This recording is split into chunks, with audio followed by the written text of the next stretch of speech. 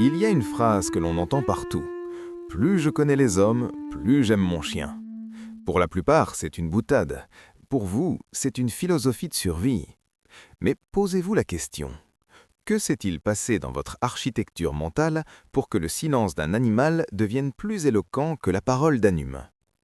Pourquoi ressentez-vous cette détresse physique quand vous voyez un chat blessé alors que vous restez de marbre face aux informations télévisées? Aujourd'hui, nous n'allons pas parler de mignons petits chats, nous allons parler de trauma d'attachement, de psychologie de l'évitement et de cette misanthropie silencieuse qui dévore votre vie sociale. Je suis l'architecte mental et nous allons disséquer votre besoin de refuge.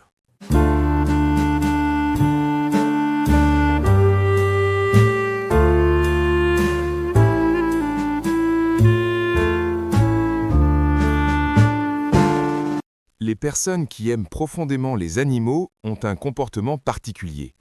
Pas spectaculaire, pas bruyant, mais étrangement cohérent. Ce sont souvent des personnes calmes, mais jamais vides. Silencieuses, mais très présentes. Elles observent plus qu'elles ne parlent. Elles ressentent plus qu'elles n'expliquent. Dans un groupe, tu les reconnais rarement à ce qu'elles disent, mais à ce qu'elles ne disent pas. Elles évitent les conflits inutiles, les rapports de force, les discussions superficielles. Non pas par faiblesse, mais parce qu'elles perçoivent très vite quand une interaction est fausse. Une hypersensibilité comportementale. Ces personnes ont souvent une hypersensibilité comportementale.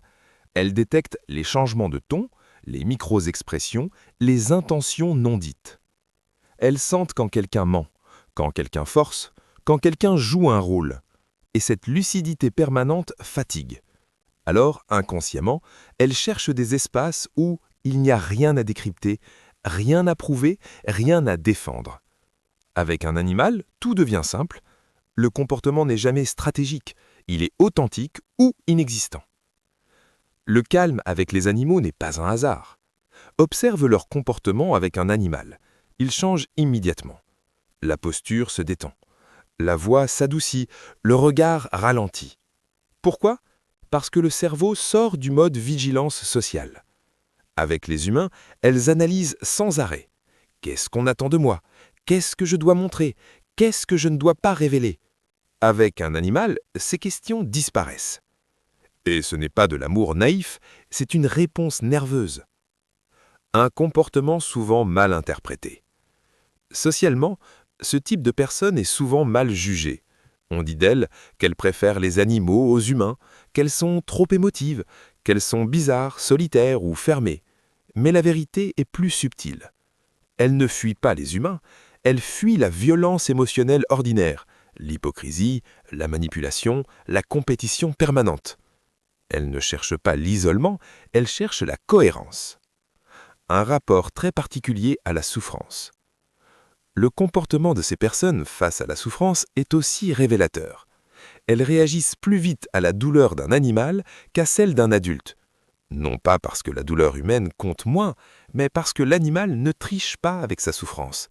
Il ne la justifie pas, il ne la dramatise pas, il ne l'utilise pas pour contrôler. Il souffre, point. Et ce rapport direct à la vulnérabilité touche profondément ces personnes, parce qu'elles-mêmes ont appris très tôt à cacher la leur. Une grande cohérence entre valeurs et actions.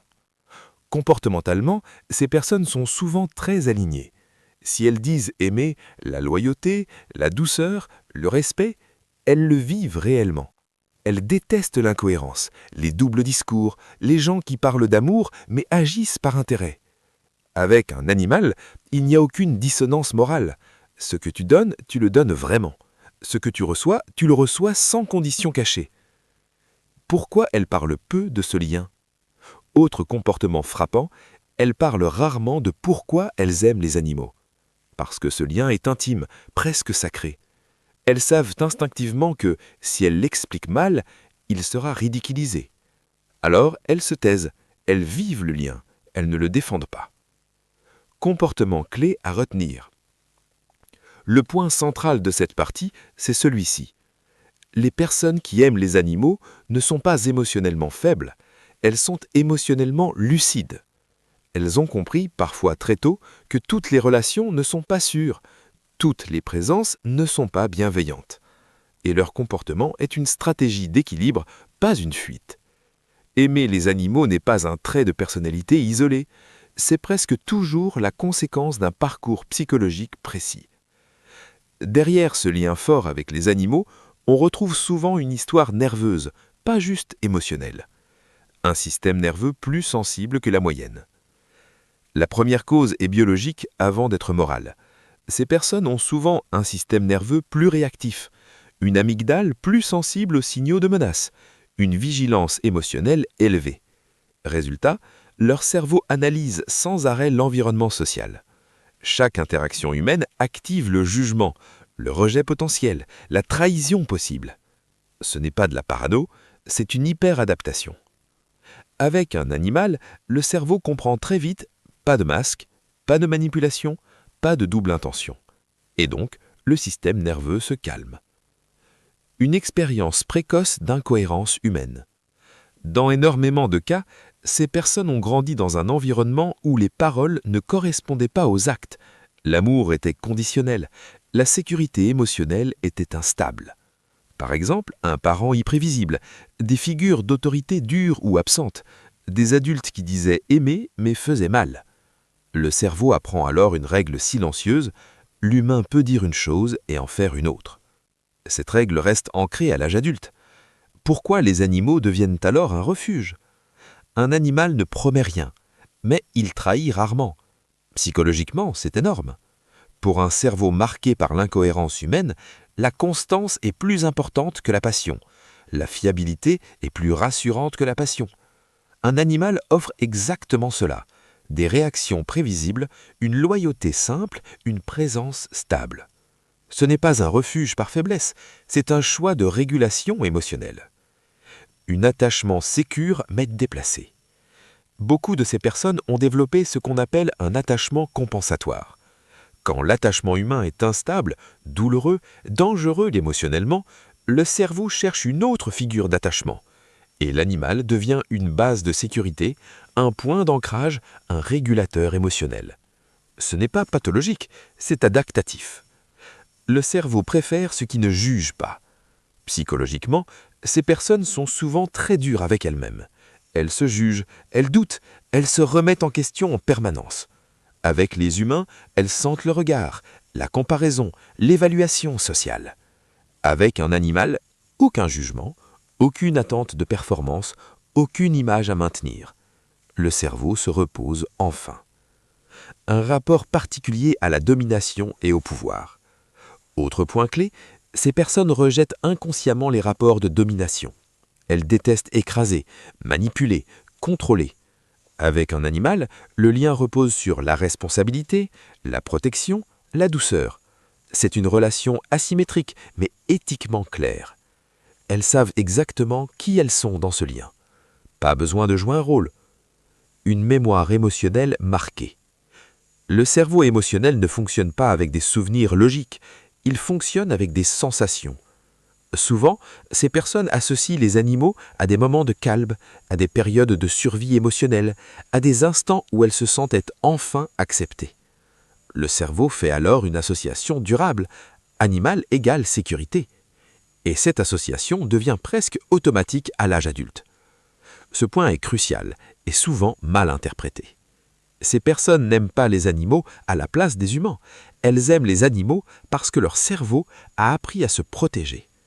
Ce n'est pas un rejet de l'humanité, c'est une stratégie de survie émotionnelle devenue préférence affective. Aimer profondément les animaux n'est jamais neutre. Ce n'est pas juste une préférence, c'est un facteur qui façonne la vie relationnelle, les choix et même l'identité. Ses conséquences sont à double tranchant. Une grande capacité à aimer, mais très peu de gens. La première conséquence est paradoxale. Ces personnes savent aimer très fort, mais elles aiment peu de gens. Elles ne distribuent pas leur attachement, elles le sélectionnent. Résultat, peu d'amis, mais des liens profonds, rarement superficiels. Elles préfèrent une relation vraie plutôt que 10 relations creuses. Et ça les fait passer souvent pour froides, distantes, difficiles. Alors qu'en réalité, elles sont très exigeantes émotionnellement. Une présence affective constante mais silencieuse. Autre conséquence importante, elles sont présentes sans bruit. Quand quelqu'un souffre, elles n'envahissent pas, elles ne donnent pas de leçons, elles restent. Comme avec un animal malade ou apeuré, elles savent que la présence suffit, que trop de mots peut aggraver. Ce comportement les rend incroyablement fiables, mais rarement reconnus. Parce que le monde valorise le bruit, pas la constance. Une tolérance quasi nulle à la cruauté. Ces personnes ont un seuil de tolérance très bas face à la violence gratuite, que ce soit la maltraitance animale, le mépris, l'humiliation, la domination émotionnelle. Elles coupent net. Pas de drame, pas de discussion interminable. Elles s'éloignent. Ce qui leur fait souvent cette phrase « Tu es trop sensible ». Mais en réalité, elles refusent simplement de normaliser la cruauté. Une difficulté avec les relations instables. Les relations humaines instables les épuisent. Les gens qui disparaissent, reviennent, testent, manipulent, provoquent. Chez elles, une fatigue émotionnelle intense. Elles peuvent aimer, mais pas dans l'incertitude permanente. Résultat, elles quittent tôt ou restent seules longtemps. Non pas par peur d'aimer, mais par refus de se perdre. Une solitude choisie, mais parfois lourde. Oui, elles savent être seules, et souvent mieux que les autres. Mais cette solitude n'est pas toujours légère. Parfois, elles se demandent « Pourquoi je ne supporte pas ce que les autres acceptent? Pourquoi je me sens à part ?» Et cette différence peut devenir une force ou une douleur silencieuse, selon l'environnement. Une grande cohérence morale et un prix à payer. Ces personnes vivent avec un code intérieur très fort. Elles ne trichent pas avec leurs valeurs, leur compassion, leur loyauté. Mais le monde récompense souvent l'opportunisme, la dureté, l'indifférence. Aimer les animaux n'est pas le problème. Le problème, c'est parfois ce qu'on évite grâce à ce lien.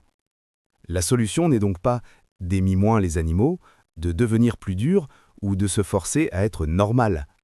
La vraie solution, c'est l'intégration. Utilisez cette sensibilité comme boussole, pas comme refuge. Cette sensibilité n'est pas là pour te protéger du monde, t'isoler, te couper. Elle est là pour filtrer, orienter, choisir. Toutes les relations humaines ne sont pas dangereuses, mais toutes ne méritent pas ton accès émotionnel. L'erreur serait de fermer la porte. La maturité, c'est d'apprendre à qui l'ouvrir. Accepter que ta différence n'a pas besoin d'être justifiée. Tu n'as pas à expliquer pourquoi tu ressens plus fort, pourquoi la cruauté te choque, pourquoi la douceur compte. Plus tu te justifies, plus tu doutes. Les personnes alignées n'argumentent pas leur nature, elles la vivent. Créer des relations humaines inspirées du lien animal.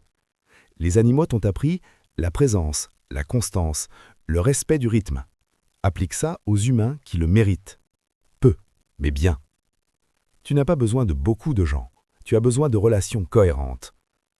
La phrase qui doit rester dans la tête. Si tu te sens mieux avec les animaux, ce n'est pas parce que tu es faible, c'est parce que tu refuses de devenir dur. Cette phrase, c'est le cœur de la vidéo. Elle résume tout. Et si cette vidéo t'a parlé, c'est qu'elle te concerne. Abonne-toi. Ici, on ne parle pas pour faire du bruit, on parle pour comprendre. Ou, version plus engageante, dis-moi en commentaire si toi aussi tu te sens plus compris par les animaux que par certains humains. Tu n'es pas seul.